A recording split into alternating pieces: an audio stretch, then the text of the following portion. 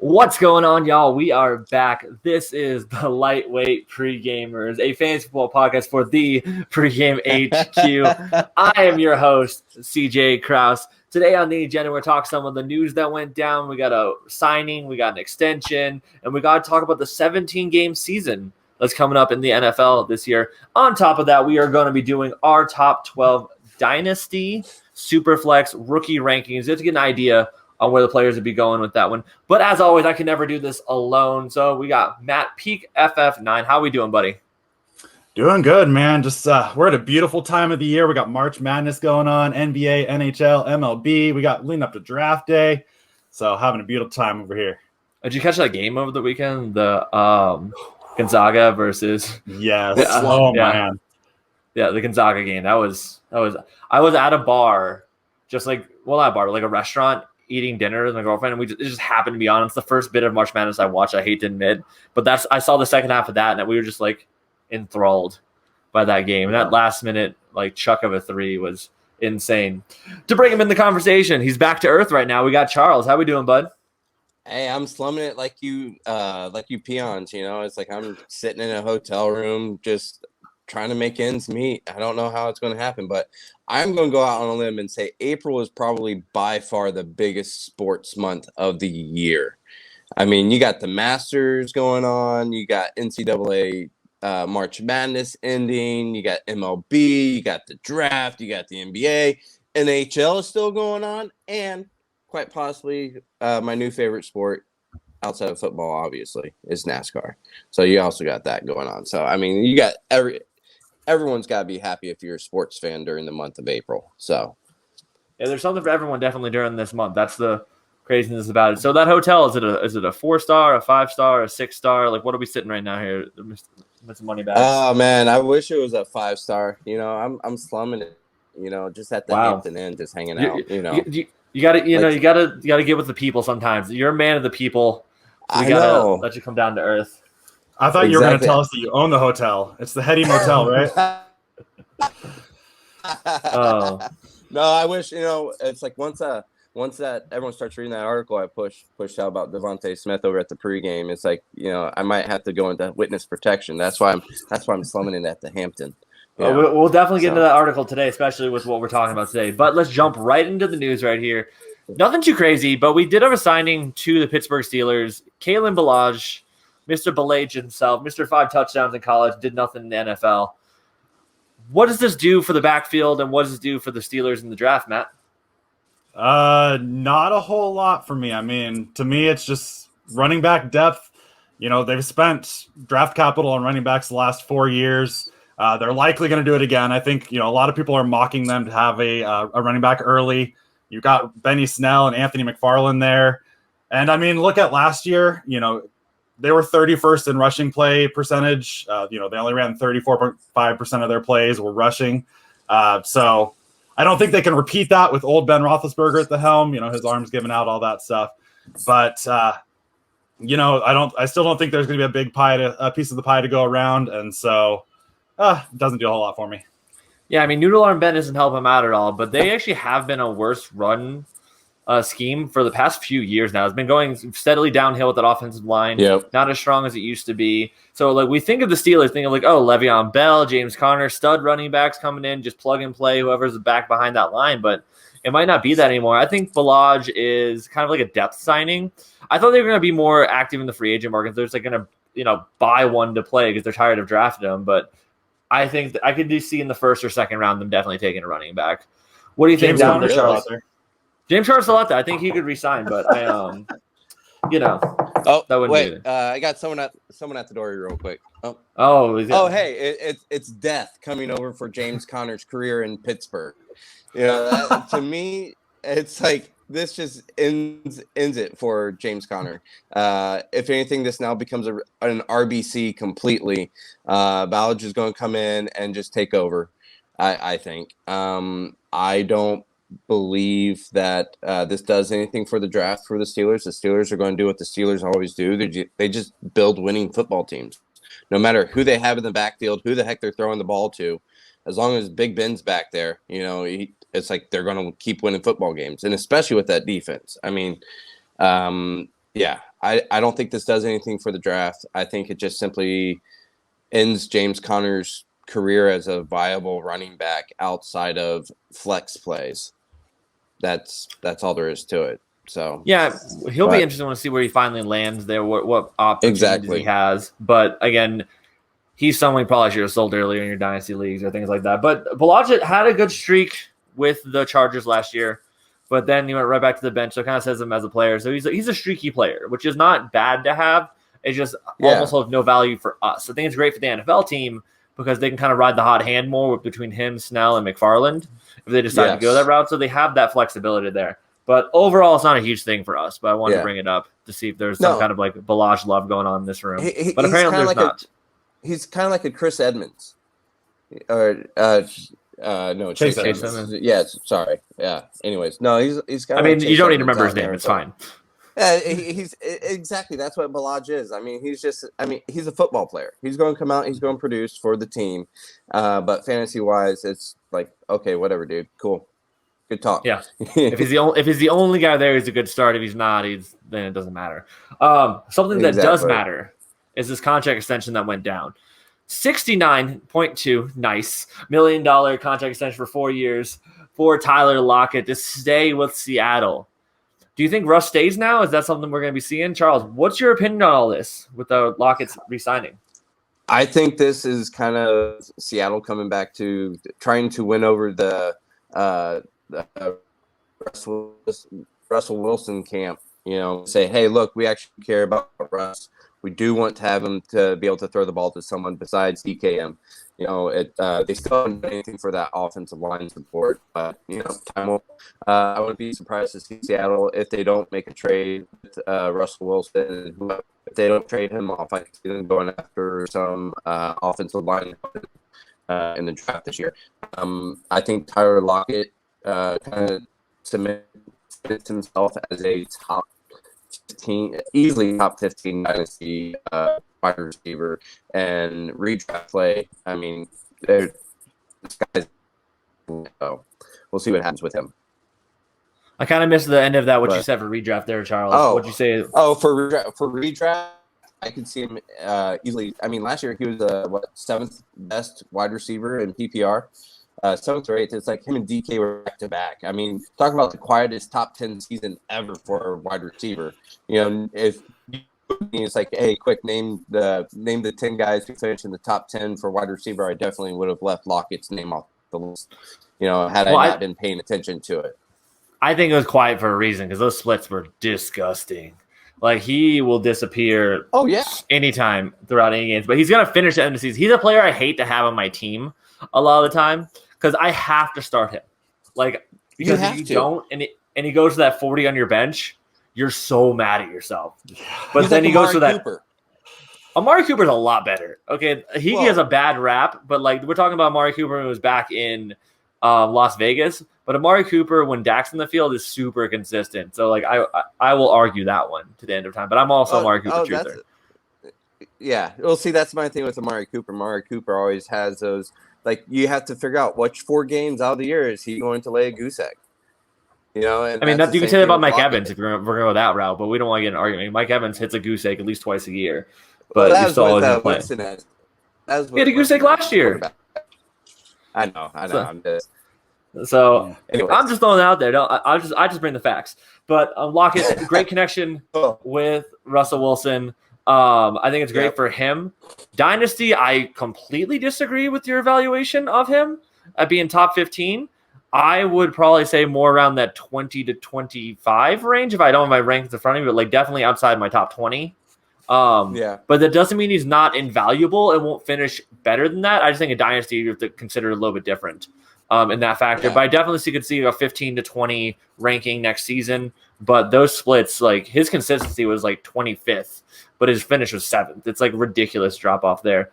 I've talked enough. Matt, on to you. Yeah, that was a rough wide receiver 8 season, if you ask me. I mean, it was the kind of guy, like you said, you have to start him. The way that you drafted, as high as you drafted him, you have to start him. But he's going to dud you so many times. But then, if you sit him, you're going to miss out on that 15 for 200 and 3 touchdowns game that he had. Some of those winning weeks, those matchup winning weeks. And so like, I don't want him as anything more than maybe my wide receiver 3, maybe a flex spot where I can just have him plugged in and he's not going to kill me. He's not going to kill me, but I can still take advantage of those big weeks that he has. Now, I do have a little bit of hope for him. They have the new offensive coordinator, Shane Waldron, coming in, and he's kind of got that system that's based around the West Coast offense. I think he's going to be able to get Tyler Lockett in space a little bit more and help him to operate a little bit better, maybe get some more yards after the catch there. So I think he will be a little more consistent. But again, if he's going as high as wide receiver 8, wide receiver 9, somewhere in that range, I'm probably not touching him. Oh, no way.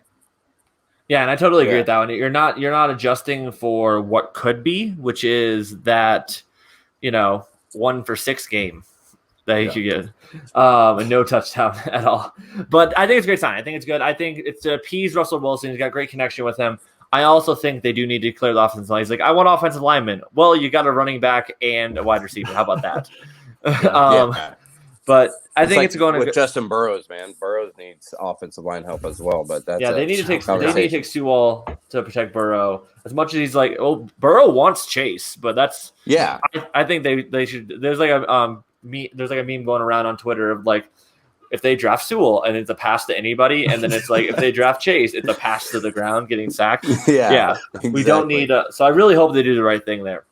So the reason this is so important, something really big, is there's been confirmation that we are going to have an extra game in the 2021 season. This is going to be for going forward. This is the first time a game has been added to the regular NFL season since I believe like 1960 or something like that. Some ridiculous amount of time ago. So all of our stats are changing. 1,000-yard season is not a 1,000-yard season. Comparatively, it's going to be easier to hit. That's what rushing means different. So we got to look at things in different spectrum. So one thing I want to bring up here is you should be looking at everything at points per game when deciding your players.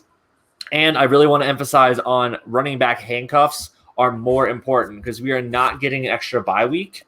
They're just adding that game. So much more risk of injury with that high risk position. But Matt, how does this affect you? What do you think of this for fantasy? Yeah, I mean, everything's going to be padded. You have to have more depth. Like you said, those handcuffs are going to be so important. Not having that extra bye week is huge. They're going to use those backup running backs. They're going to give the guys breathers more. That's going to put a physical toll on these guys, unlike anything else. You're not giving them that extra rest. And for fantasy, with my leagues, everybody's talking about, now we can have, week 16, week 7 or week 17 championships and stuff. I'm holding off on that for a minute because we don't know how these teams are going to approach everything. So I'm going to hold off there. But it's going to be interesting going forward, seeing how these stats are affected. Yeah, I think we need. I'm going to be concerned how the major platforms like the ESPN, the Yahoo, how they decide to do it. Because it's been established. Week 16 is the playoffs previously. Week 17 is kind of that week where everyone gets rested. So they're not going to do that. So are we going to see more teams clinch? Are we going to see things? One thing I'm concerned about, are we going to see, with only one bye week, teams that have a later bye, maybe see a weaker matchup and sit their running backs or sit their players, things like that could happen in the middle of the season. Because realistically, they're the ones that get affected the most because they take the most pounding of any position. Not kind of like offensive linemen, things like that. To bring it full circle, is this why Pittsburgh signed Ballage and they plan on bringing 100% back? 100%. These depth signings have so much to do with that going on, and the fact that you're going to need multiple running backs. We might be entering an era where there's little to no true bell cows, and this could be a big factor for it because they've never been conditioned for this.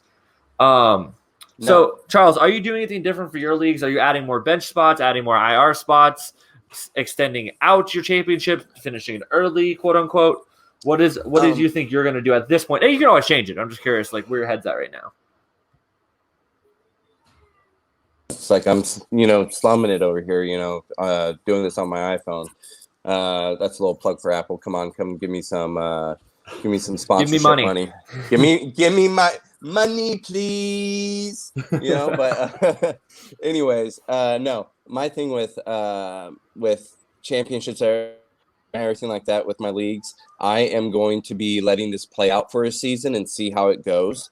I mean, this is untested waters. Last year with COVID, and that concern is real easy. Hey, we opened up 3 or 4 more roster spots, plus added a few IR spots because we realized that this was going to be an issue. With the addition of the extra game, now you have you don't know what thought processes are being utilized by these general managers and the owners and the coaches. It's like you just don't know, so you need to. I'd like to typically be proactive in my management of my leagues, but this is one of those few times where I'm going to have to be reactionary. I could go out on a limb and start doing Week 17 championships, but what happens when the Kansas City Chiefs are 13-3 going into Week 17 and they decide to bench everyone because they have the number 1 seed locked up? They don't care if they go 13-4. So that's. That's what I'm doing. I'm going to be reactionary this year, and then we'll set something in place for next year and go from there. Yeah. Again, I just think it's so interesting. I think more IR spots are going to be important, personally, in my leagues. I think teams will utilize the 3-week IR a lot more fluently once again this year because any small injury they can't really play through as easily because their bye weeks are either more spread out, or it's going to be kind of like, you're going to have that extra game. And like people think, oh, it's only one game. But as a football player, that's so many more hits. You only have so many tackles and hits that you can take in your career, and your career is done. Yeah. So we're talking, and this is something big for Dynasty as well. Running backs get devalued a little bit more. Yeah. Yeah, 300-yard carry seasons. I think those might be gone now. I mean, I think they still could be there. They might pop up more. So like it's going to create more running backs having to be useful. So again, I think running backs' careers could be shortened. And I think, again, I keep saying running backs, they're the ones affected the most. So parents, don't let your kids grow up be running backs. They don't get appreciated. No. They don't get paid enough comparatively. Go be a kicker. Go be a kicker. I think wide receiver is the move, but long snapper. I can see that. Long snapper. Yes. Yeah. All right, y'all. So let's head into the meat and potatoes of the show here. We talked about how the game's going to be affected. We talked about now we're going to talk about our top 12 Dynasty Superflex. I want to talk about these quarterbacks, rookie rankings. Now, this can be for your Dynasty setup, and I want to talk about how they're going to affect the 2021 season as well, because we've seen over the past few years that rookies do matter. We saw Jonathan Taylor last year. We saw Antonio Gibson. We saw Justin Jefferson, just to name a few. I don't think this class is that good, because last class was the unicorn class, but this class is very, very, very good as well. So, Matt, I'm going to start with you. Who is your 101 in the Dynasty Superflex rookies? Kellen Mond. No, I'm just kidding. Such conviction. I was like, oh man. Out of Clemson, QB Trevor Lawrence. I mean, come on, those golden locks. What's not to love about this guy? Little hair flip going. That's all it is. Yeah. I mean, I don't want to talk about too much. I believe you mean Fabio, right? That's what we're going to start calling him. Yes. Fabio. Charles, who's your 101? So we can just. I think I know who it is, but. Yeah, it's got to be Fabio. I mean, Superflex. The most important thing is the quarterback position. Without a quarterback, I mean, if you don't have two quarterbacks that are starters on decent teams, then you're not going to be in the playoffs. Hard stop. That's all there is to it. I mean, look at Superflex leagues. Jimmy Garoppolo holds no value in standard leagues, but you throw him in a Superflex, and now he's like top 20. Top 25. Maybe not anymore, but well, I'm talking about years past, but I get it. I know what you're doing now. No, I'm just giving you crap. I mean, I love picking Jimmy Garoppolo up in like round 13 because nobody wants him, and I'm like, I'll gladly take a top 20 scorer. This is one of the few times I'll give your Niners any respect there, Matt. But I'll take it. Yeah. Take it when you can, but I just don't. I don't. Yeah, you gotta have a quarterback. You gotta have quarterbacks. Yeah, for those who don't know, Superflex, if I have to pin this up a little bit, but I'll bring him back right now. It's where you can start you have your normal one quarterback. You have to start him guaranteed. There's an extra flex spot at the bottom of your lineup that you can do running back, wide receiver, tight end, or a quarterback as well. So you can start up to two quarterbacks. And as we know, quarterbacks are the top scorers in a league, so it inflates their value a good amount. Or some people believe it inflates their value to what it should be. That's just a topic for another day. But I agree, Trevor Lawrence is the 101. Don't overcomplicate this. No. Like, maybe he doesn't have the highest ceiling of everyone in this draft. Maybe he doesn't. I think he's pretty close. But he has the best floor and arguably a top 2 ceiling, if not the best ceiling of any of them in there. He's going to be the 101 to the Jaguars. He's got great weapons. He could be fantasy relevant year 1. Don't overthink it. I don't think we need to talk about this anymore. Let's go to 102. Matt, who's your number 2 rookie if you were drafting right now? At 102, I got Justin Fields. All right, why do you have Justin Fields? Ooh, yeah. Man, I'm not buying into the whole, well, yes, please say it with me, not Mac Jones. What? This whole one read QB thing, I'm just not buying into it. Looking at some of the film and everything, he goes through his progressions. He's an athlete with arm strength. He can throw on the run. He can make things happen that a lot of quarterbacks can't. And there's, that whole Konami code. That guy is it, and I feel like his upside is completely there. So I love Justin Fields, man. Yeah.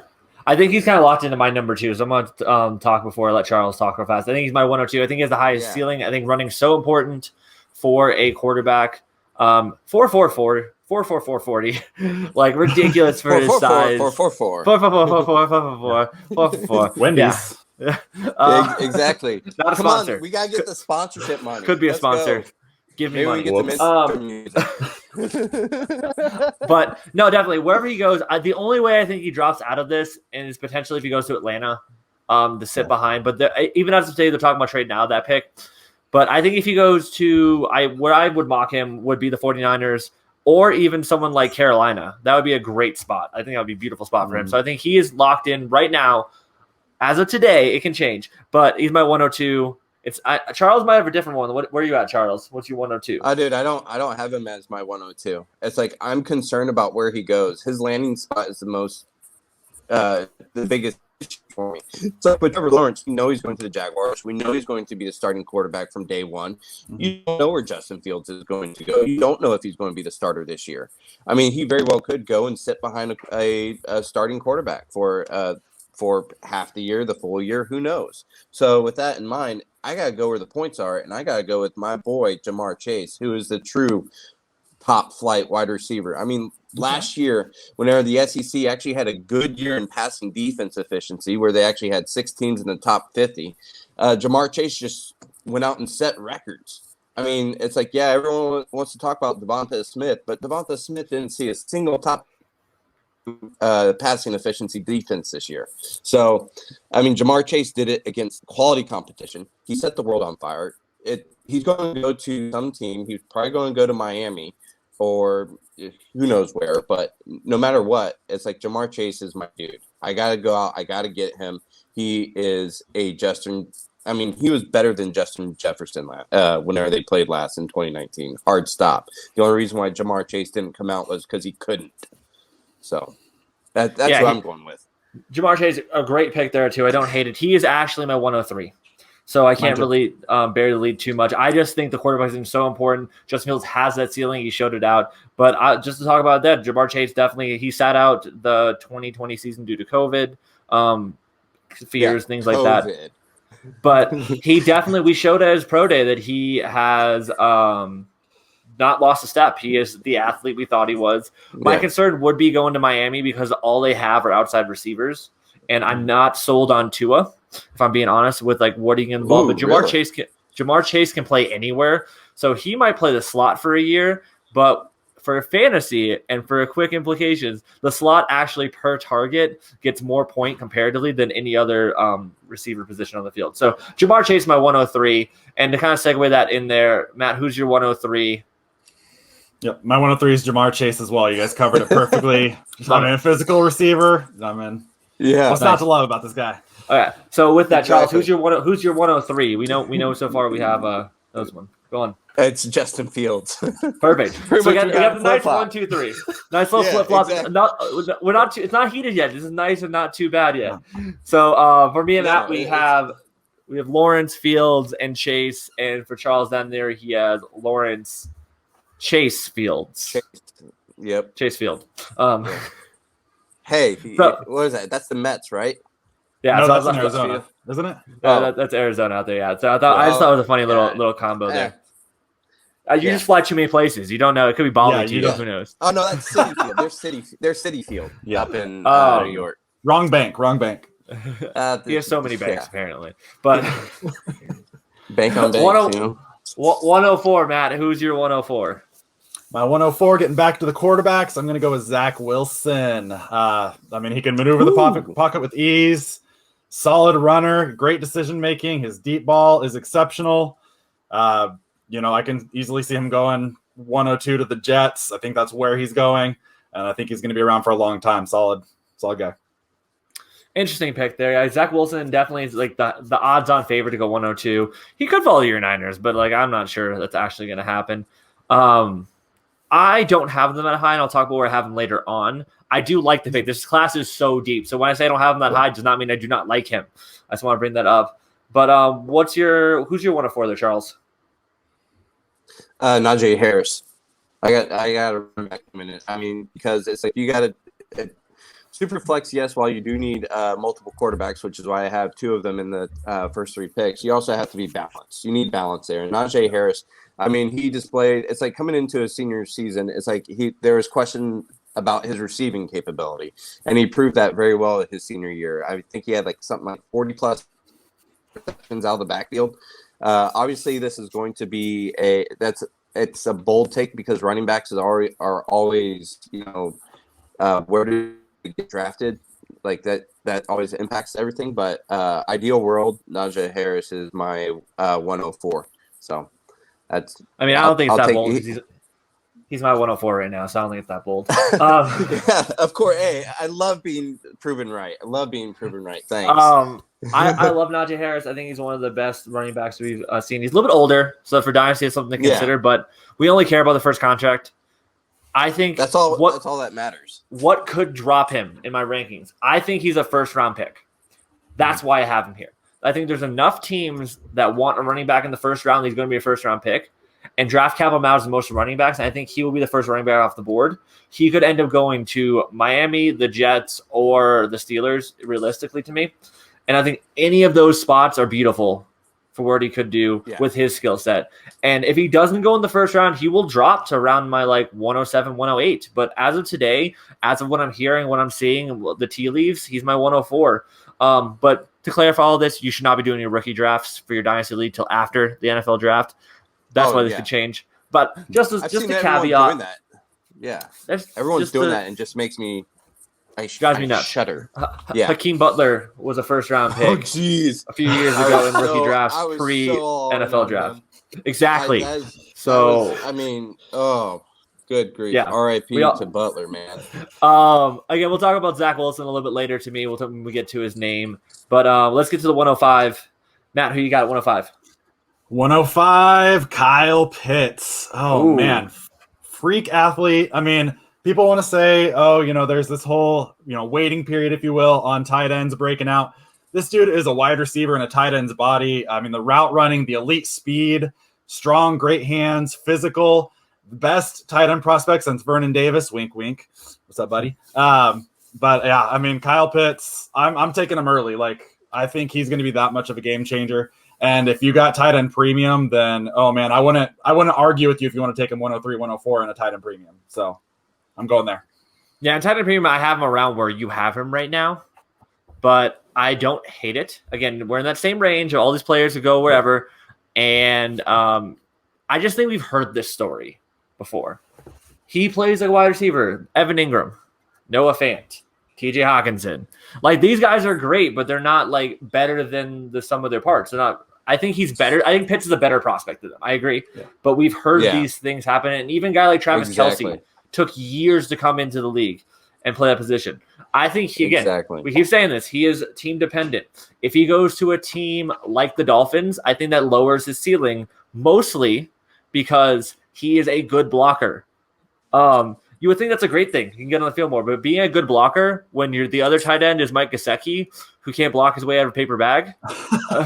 You don't want to be that guy. So again, depending where he goes, depending who the other tight end is going to be, depending what they ask of him. Like a guy like Dallas Goedert had all the world on fire. He was a late first round pick when he was early second round pick when he came out. Nowhere near the talent or the aspect of it. but I think being a better blocker could hurt him a little bit depending where he goes. But I don't hate the spot there. Charles, who's your 105? Oh, my 105. I'm probably going to take some flack for this one, but Bateman. I want another wide receiver. Yeah, I know. It's like I like wide receivers when it comes to Superflex. It's like I am not very big. It's like my biggest concern with Kyle Pitts at 5. I actually have him here coming up in a few spots because he has to be mentioned. The dude's a freak. But I value wide receivers more in Superflex or in Dynasty in general, just simply because of the career length, the average career length for a wide receiver versus a running back, that like a stud wide receiver. I mean, they usually peak around age 27, 28. All running backs peak at 23 to 25, and then they immediately have this drop off. Wide receivers, you're able to have a longer career. It's like if you get a wide receiver number 1, like I drafted Calvin Ridley coming out when he came out, and I know he's going to be solid for the next 5-10 years. It's like, but whenever you draft Christian McCaffrey, it's like Christian McCaffrey's got maybe 3, maybe 4 more years of productivity.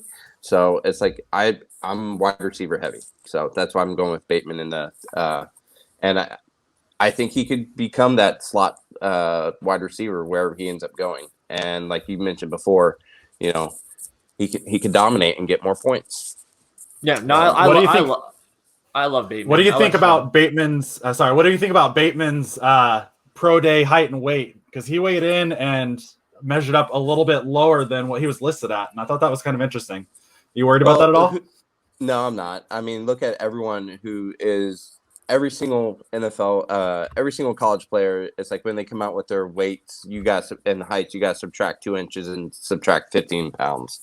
So It's like the one that I'm most concerned about is Ant-Man down at Purdue, Rondale Moore. I mean, I really like Rondale Moore. I love him as a football player. I'm just concerned about his height.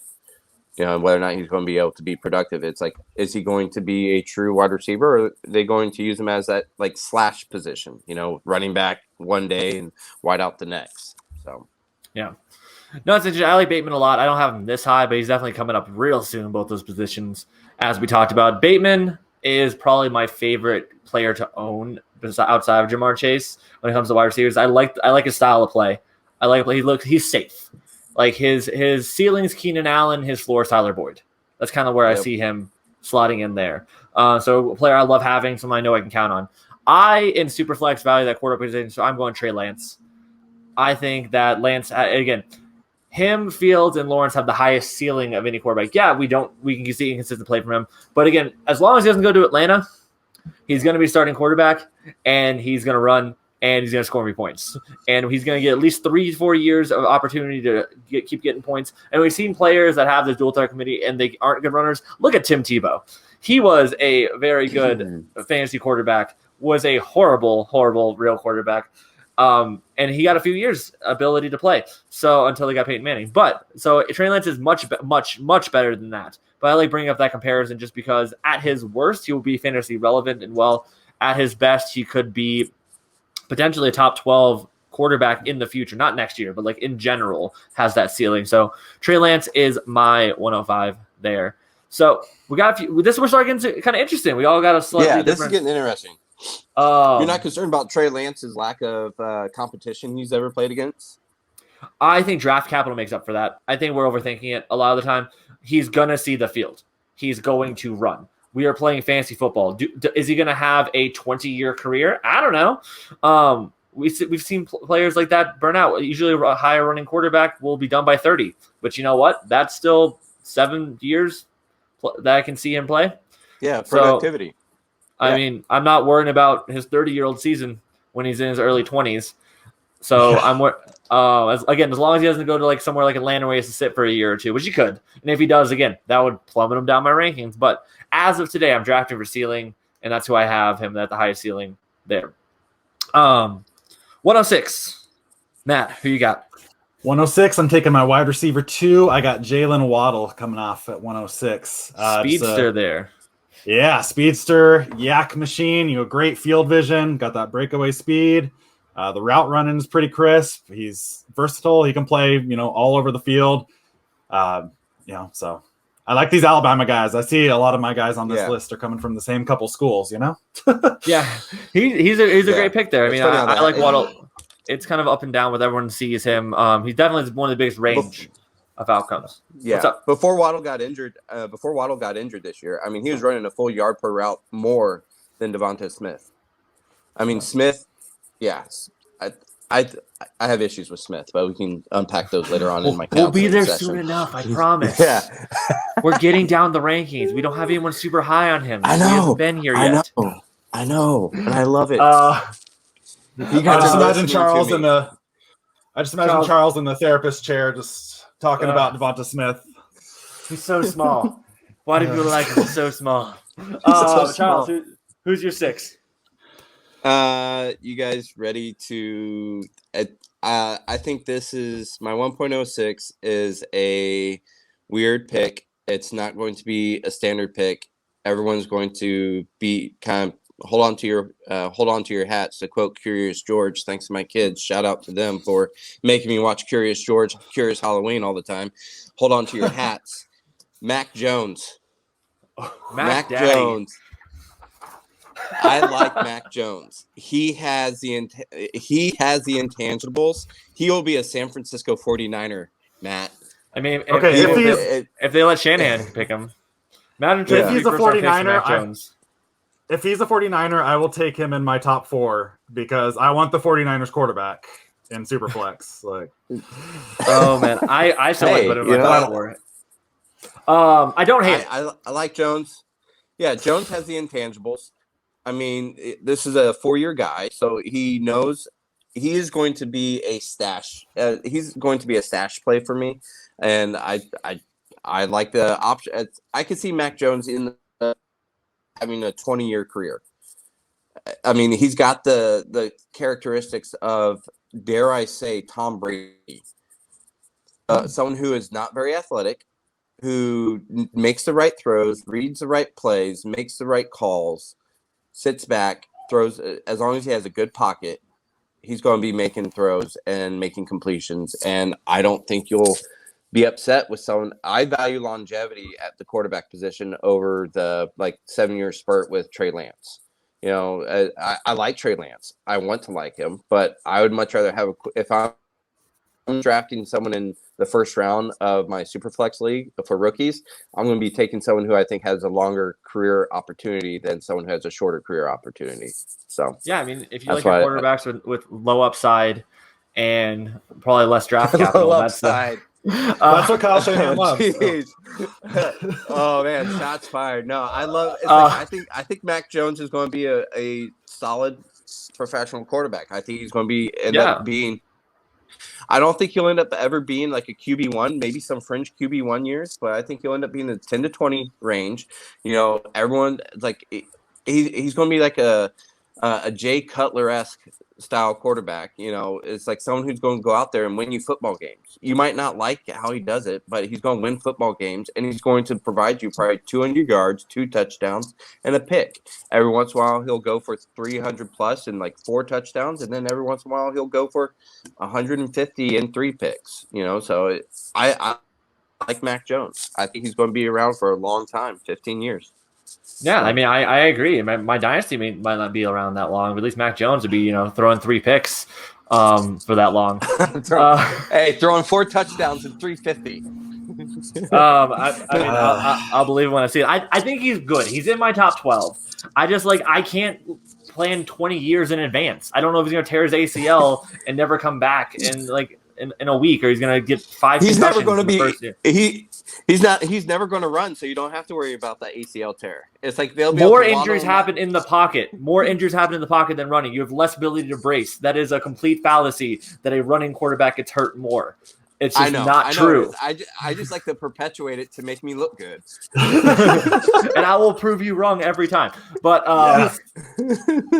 no, Mac Jones is fine. His ceiling's like quarterback 13. Like he's like a bad Tua. So what is it with you? You got some hate on Tua. I just don't think he's that great for fantasy. Really fantasy football. Like he's a great quarterback, but I think he's bad for what we do. Same thing with Mac Jones. He's in my top 12 because he's a quarterback. He's going to be starting. He's going to be a first round pick. He's going to be a top 15 pick. That's going to happen. But I agree. He's going to have that long career of being average, that Kirk Cousins, that, his ceiling is Matt Ryan. You mean Kirk Cousins, who ends up being like a top 12 quarterback almost every year somehow, some way? Top 12, he had a top 12 last year. Well, He's not a top 12. He's the top 15 in that range. But top 15. That's something. Yeah. And in Superflex League, if that's my number 2 quarterback, I'm taking that all But day. you can get a guy that can finish in top 10. You can get these guys that, like, who cares if he's only got 7 years? That's 7 championships potentially. That's what you want. I want to win, not finish in the middle of the pack. Oh, so you'd much rather win now and not win forever. All right. You won't win forever. I guarantee Mac Jones will not be a win forever because there'll be another year with another quarterback to come up. That's one big thing there. Let me grab my popcorn, guys. Let me grab my popcorn. Yeah. I don't hate Mac Jones. I just hate where you took him. It sounds like you hate Alabama is what I'm hearing. You hear That's that? fine. It's a weird state. Don't marry your cousins. But it's Alabama. We have Najee Harris. I'm in my top 4. Okay.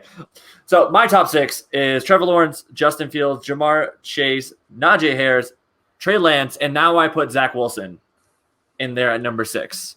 Again, quarterbacks matter, and it's not Mac Daddy.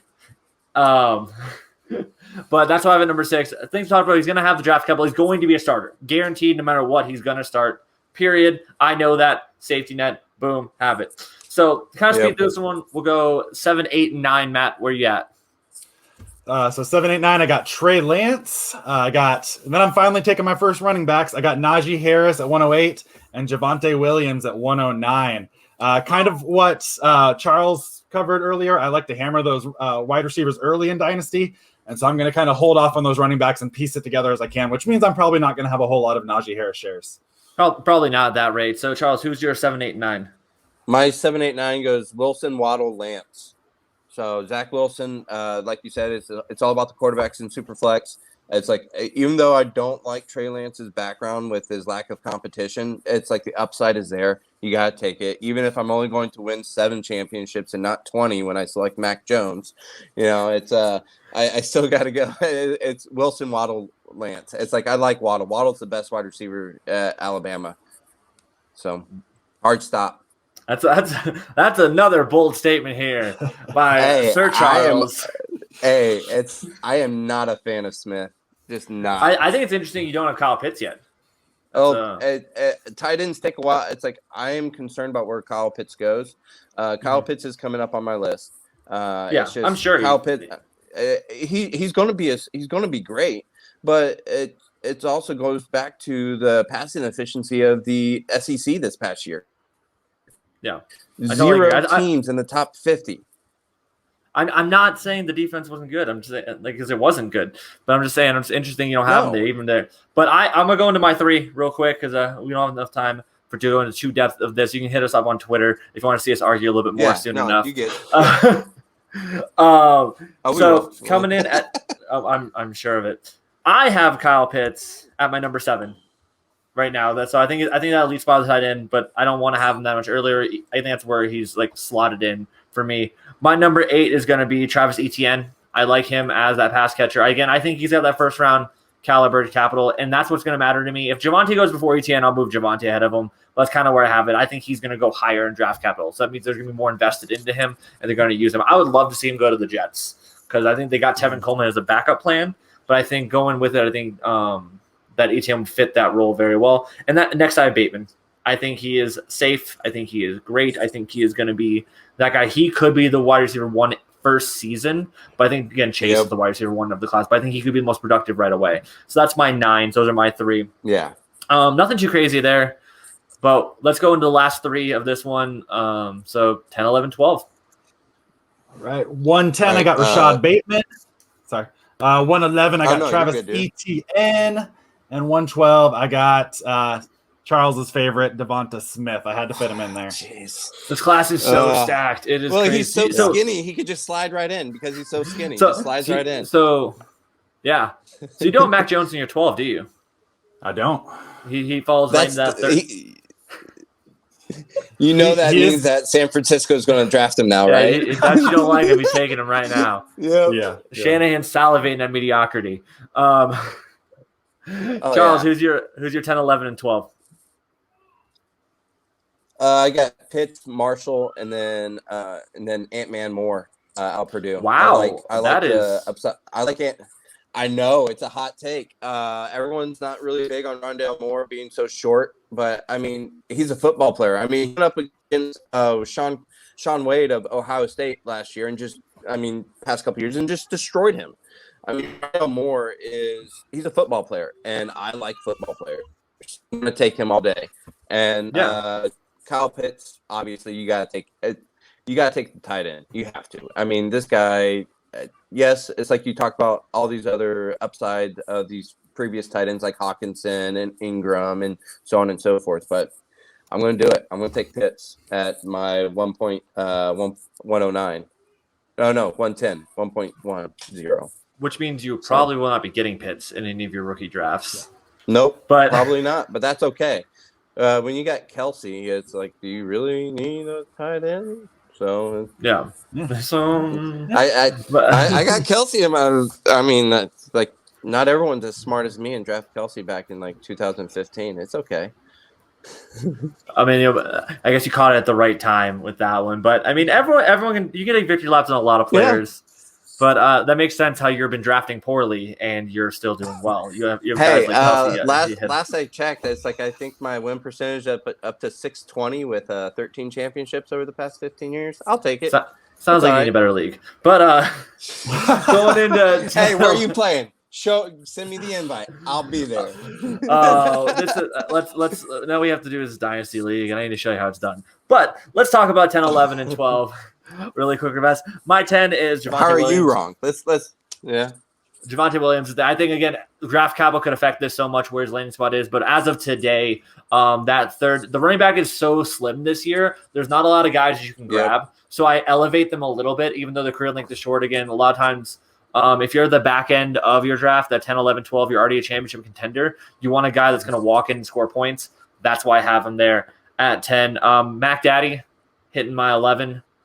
He is in my top 12, like I said. I don't hate him. I think the quarterback position is very important. I just think he is that safe quarterback, which, again, is fine. But if I'm, let's say, again, going back to strategy here, I have Lance at 5, as long as he's going to be a starting position there.